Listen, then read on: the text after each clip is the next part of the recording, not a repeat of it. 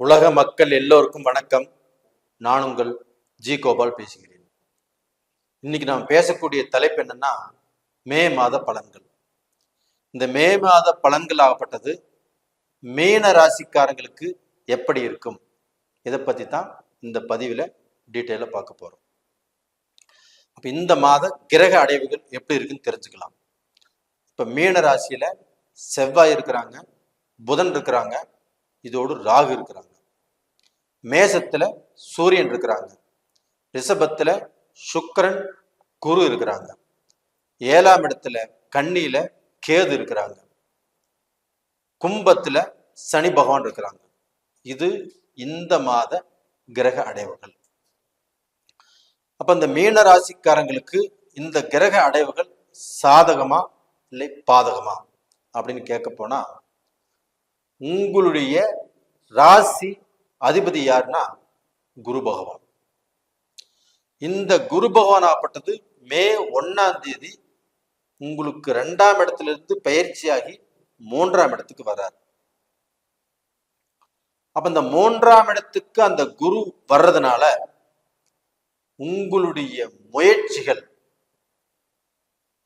நீங்கள் எண்ணிய எண்ணங்கள், நீங்க போட்ட திட்டங்கள், இதுல எல்லாத்துக்குமே கடந்த காலத்துல உங்களுக்கு நிறைய விஷயங்கள் ஸ்தம்பிச்சு போச்சு, பெண்டிங் ஆச்சு, நிறைய விஷயத்துல குளறுபடிகள் நடந்துச்சு, நம்ம நினைச்சது நினைச்ச மாதிரியாக நடக்கல. அப்ப எது எடுத்தாலுமே அறகுறையா தான் போயிட்டு இருக்குது.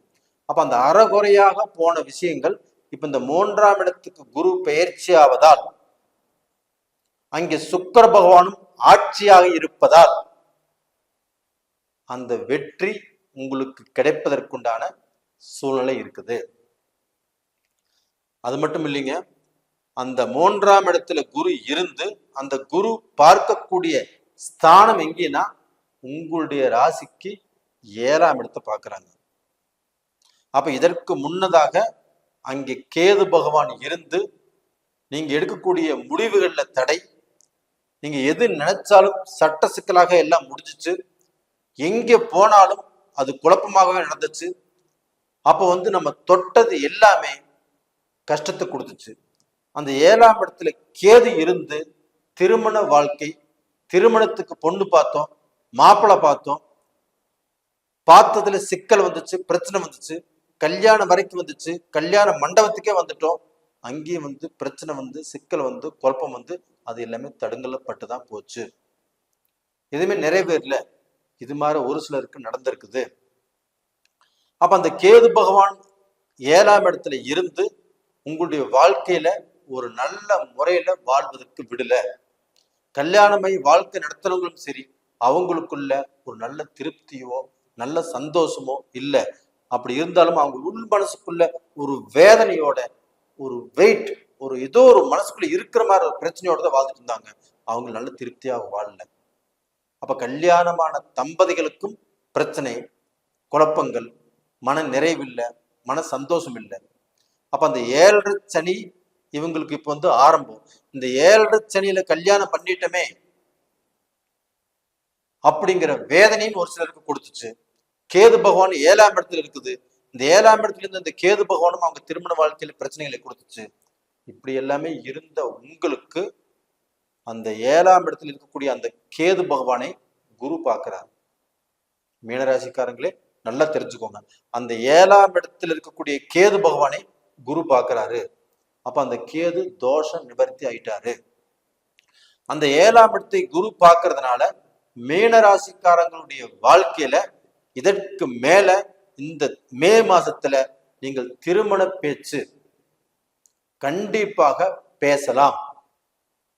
அப்ப ஒருத்தருக்கு பொண்ணு பார்த்தோம், ஒருத்தருக்கு மாப்பிள்ளை பார்த்தோம், செட் ஆகல, செட் ஆகி பிரச்சனையோடு இருக்குது, அதே சமயம் கல்யாண மண்டபத்துக்கு வரைக்கும் பிரச்சனை ஆயிடுச்சு அப்படின்னு இதற்கு முன்னாடி இருந்திருந்தாலும் இந்த காலகட்டத்துல நீங்க பொண்ணு பார்க்கலாம், மாப்பிள்ளை பார்க்கலாம். இதற்குண்டான வாய்ப்புகள் நிறைஞ்சிருக்குது.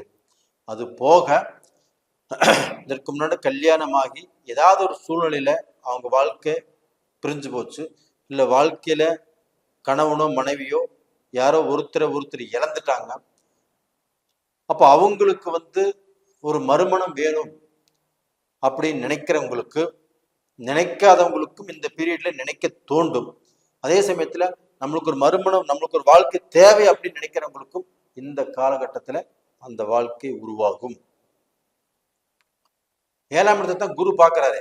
7ஆம் இடம் என்பது கலஸ்தர ஸ்தானம். அப்ப அந்த கலஸ்தர ஸ்தானத்தை குரு பார்க்கறதுனால கண்டிப்பாக அந்த கலஸ்தரம் உருவாகும். அந்த 3ஆம் இடத்துல அந்த சுக்கிர பகவான் ஆட்சியாக இருக்கிறதுனால அந்த கலஸ்தரத்துக்கு சப்போர்ட் பண்ணும். அப்போ பயந்துக்க வேண்டாம். அதே சமயத்துல இப்ப உங்களுடைய ஜென்ம ராசியிலேயே செவ்வாய் இருக்கிறாரு, ராகு இருக்கிறாரு. இந்த செவ்வாயும் ராகுவும் சேர்ந்து நீங்க ஒரு நல்ல விஷயத்த பேச போறீங்க, ஒரு முக்கியமான முடிவெடுக்க போறீங்க, ஒரு கல்யாணத்தை பற்றி பேச போறீங்க, ஒரு பிசினஸ்ல டெவலப் ஆகிறத பத்தி பேச போறீங்க, ஒருத்தருக்கு பஞ்சாயத்தே சொல்ல போறீங்க. இந்த மாதிரி விஷயங்கள்ல இந்த செவ்வாய் பகவான் ராகுவோடு இணைஞ்சிருக்கிறதுனால அந்த செவ்வாய் பகவான் உங்களுக்கு 2ஆம் இடத்து அதிபதி. அப்ப அந்த செவ்வாய் பகவான் ஆப்பட்ட உங்களுக்கு குழப்பத்தை உருவாக்கி கொடுத்துரும். அப்ப டோட்டலா வந்து நீங்க முக்கியமான விஷயங்கள்ல நீங்க தலையீடு விடுவது வேண்டாம். முக்கியமான முடிவுகளை நீங்க எடுக்க வேண்டாம். ஒருத்தருக்கு நியாயம் சொல்வதற்கு போவதை கட் பண்ணிக்கோங்க. அப்ப அந்த செவ்வாய் பகவான் ஆப்பட்டது உங்களுக்கு ராசியிலே இருக்கிறதுனால உங்களுக்கு அந்த முன் கோபங்கள் ஜாஸ்தி வரும். அப்ப அந்த முன்னெச்சரிக்கைங்கிறது உங்களுக்கு இருக்காது. அப்ப அந்த ராகுவோடு இணைஞ்சிருக்கிறதுனால ராகு உங்களுடைய ராசியில் இருப்பது தோஷம். அப்ப அந்த தோஷமாகப்பட்ட செவ்வாயோடு சேர்ந்து செய்வதற்கு அந்த ராகு முயற்சி பண்ணும். அப்ப இந்த பீரியட்ல வந்து பாத்தீங்கன்னா நீங்க ரொம்ப கவனமாக, ரொம்ப எச்சரிக்கையோடு இருப்பது ரொம்ப ரொம்ப ரொம்ப நல்ல விஷயம். மீனராசிக்காரங்களே, உங்களுக்கு ஃபர்ஸ்ட் 7 சனி நடக்குது. அது போக உங்க ஜென்மத்திலேயே ராகு இருக்குது. அது போக அந்த ராகுவோடு செவ்வாய் சேர்ந்திருக்குது. இந்த 3 கிரகங்களுடைய அனுகிரகங்கள் உங்களுக்கு சரியில்லை. அப்ப அதனால நாம 4 வார்த்தை பேசக்கூடிய இடத்துல ஒரு வார்த்தை தான் பேசணும். சில முக்கியமான முடிவுகளை நாம எடுப்பதை தவிர்த்து கொள்ள வேண்டும். இந்த மாதிரி நீங்க வந்து ஓரளவுக்கு சாந்தமாக, பொறுமையாக, நிதானமாக இருந்தால் உங்களுக்கு வரக்கூடிய பிரச்சனைகளில் இருந்து தப்பித்து கொள்ளலாம். இதற்கு முன்னாண்ட இந்த ராகு பகவான் ஆப்பட்டது உங்களுடைய ஜென்மத்தில் இருக்கிறதுனால உங்களுக்கு வம்பு வழக்கு, கோர்ட்டு கச்சேரி பிரச்சனைகள், உங்களுக்கு பூர்வீகத்துல பிரச்சனைகள், தேவையில்லாமல் பக்கத்து வீட்டுக்காரங்களோட பிரச்சனை, இல்லைன்னா நம்ம ஏதாவது சொத்துல பிரச்சனை, இந்த மாதிரி பிரச்சனையை கொண்டு வந்து வச்சிருக்கோம். அந்த பிரச்சனைகளிலிருந்து நீங்க ரிலீஃப் ஆகணும். அந்த ரிலீஃப் ஆகிறதுக்கு அந்த 7ஆம் இடத்தை குரு பார்த்ததுனால ஏதாவது ரூபத்துல ரிலீஃப் ஆகிறதுக்கு வாய்ப்புகள் இருக்குது. கொஞ்சம் பொறுமையா இருங்க. அதே சமயத்துல உங்களுக்கு வந்து இந்த 12ஆம் இடத்துல சனி பகவான் இருக்கிறதுனால கண்டிப்பாக உங்களுக்கு வந்து விரைய செலவுகள் கொடுக்கும். அப்ப அந்த விரைய செலவுகள் கொடுக்குது அப்படின்னா நம்ம வருத்தப்பட்டு பிரயோஜனம் இல்லை. கண்டிப்பாக அதை யாராலையும் தடுக்க முடியாது. அந்த விரைய செலவுகளை நீங்கள் சுப செலவுகளாக மாத்திக்கலாம். அப்ப நம்ம வீட்டை சுபகாரியங்கள் பண்றது, ஒரு கார் வாங்குறதோ, ஒரு பைக் வாங்குறதோ, அதே சமயத்துல நம்ம கல்யாண செலவுகள் பண்றதோ, ஒரு காது குத்துறதோ, இது மாதிரி வந்து பார்க்க போனா சுப விரயங்களாக மாற்றிக்கொள்வது நம்மளுக்கு ரொம்ப ரொம்ப முக்கியம். இது போக பார்த்தீங்கன்னா உங்களுக்கு ராசிக்கு 4ஆம் இடத்து அதிபதியும் 7ஆம் இடத்து அதிபதியுமான புதன் பகவான் நேச்சமா இருக்கிறார் உங்க ராசியில.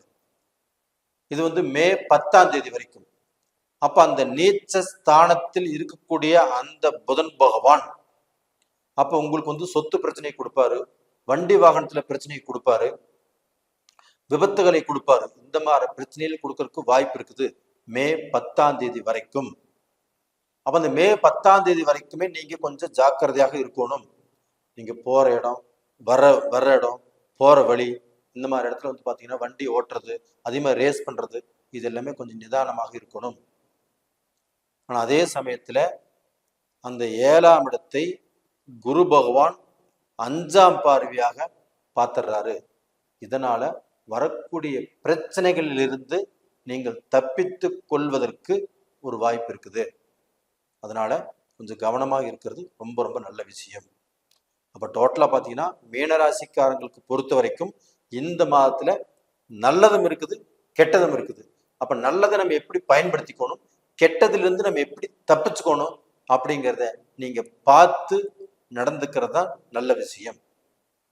அப்ப டோட்டலா பாத்தீங்கன்னா மீன ராசிக்காரங்கள் 7.5 சனியில இருக்கிறதுனால கண்டிப்பாக கொஞ்சம் நிதானமாக இருங்க. டோட்டலா பாத்தீங்கன்னா மீன ராசிக்காரங்களுக்கு அந்த குரு பார்வை இருக்கிறதுனால எந்த பிரச்சனை இருந்தாலும் அதுல இருந்து தப்பிக்கிறதுக்கு வாய்ப்புகள் இருக்குது. ஒன்றும் பயந்துக்க வேண்டாம். நேயர்களே, இந்த பதிவு பிடிச்சிருக்குன்னு நினைக்கிறேன். பிடிச்சிருந்தா லைக் பண்ணுங்க, சப்ஸ்கிரைப் பண்ணுங்க, ஆல் அப்படிங்கிற பெல் பட்டனை ப்ரெஸ் பண்ணிக்கோங்க. அதே சமயத்துல உங்களுடைய நட்சத்திரம் என்ன, உங்களுடைய ராசி என்ன, உங்களுடைய லக்னம் என்ன, உங்களுக்கு நடக்கக்கூடிய தசா புத்திகள் என்ன, அந்த தசையாப்பட்டது தோஷமா இல்ல தோஷம் இல்லையா, அந்த தசை நம்மளுக்கு நல்லது செய்யுமா கெட்டது செய்யுமா அப்படிங்கிறத உங்களுடைய ஜென்ம ஜாதகத்தை பார்த்தா நீங்க முடிவு பண்ணிக்கணும். கண்டிப்பாக உங்க ஜென்ம ஜாதகத்தை பாருங்க. இப்ப 7.5 சனி காலகட்டத்துல உங்களுடைய ஜாதகத்தை பார்த்து தான் நீங்க அடுத்தது என்ன நல்ல விஷயங்கள் நம்ம செய்ய போறோமோ அதுக்கு உங்களுடைய ஜாதகத்தையும் பார்த்துக்கோங்க. நேயர்களே, உங்களிடமிருந்து விடைபெறுவது உங்களின் ஜி கோபால். நன்றி, வணக்கம்.